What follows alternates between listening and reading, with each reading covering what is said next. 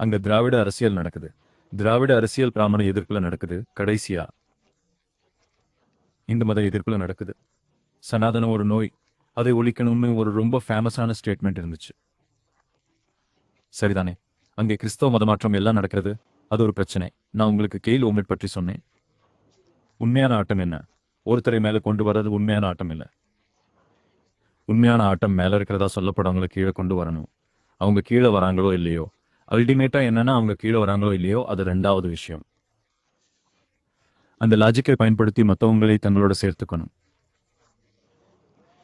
அவங்க தெளிவா சொல்றாங்க, அன்டச்சபிள்ஸ் ஆர் நாட் இந்த ஹிந்து கிலாஃபத் சமயத்தில் அலி சகோதரர்கள் இந்து சமூகத்தினரிடம் தங்களை தங்கள் சமூகத்தில் சேர்க்காவிட்டால் மதம் மாறிவிடுவோம் என்று உறுதியாக கூறினார்கள். சரிதானே? சோ அங்க ஒரு தனி ஆட்டமே நடக்குது. சரிதானே? இதுல முன்னேற்றம், ஏழை, அது இதுன்னு அவங்களே சொல்லும் போது நாம ஏத்துக்கத்தான் வேணும். பாய் உங்களுக்கும் வறுமை மேல எந்த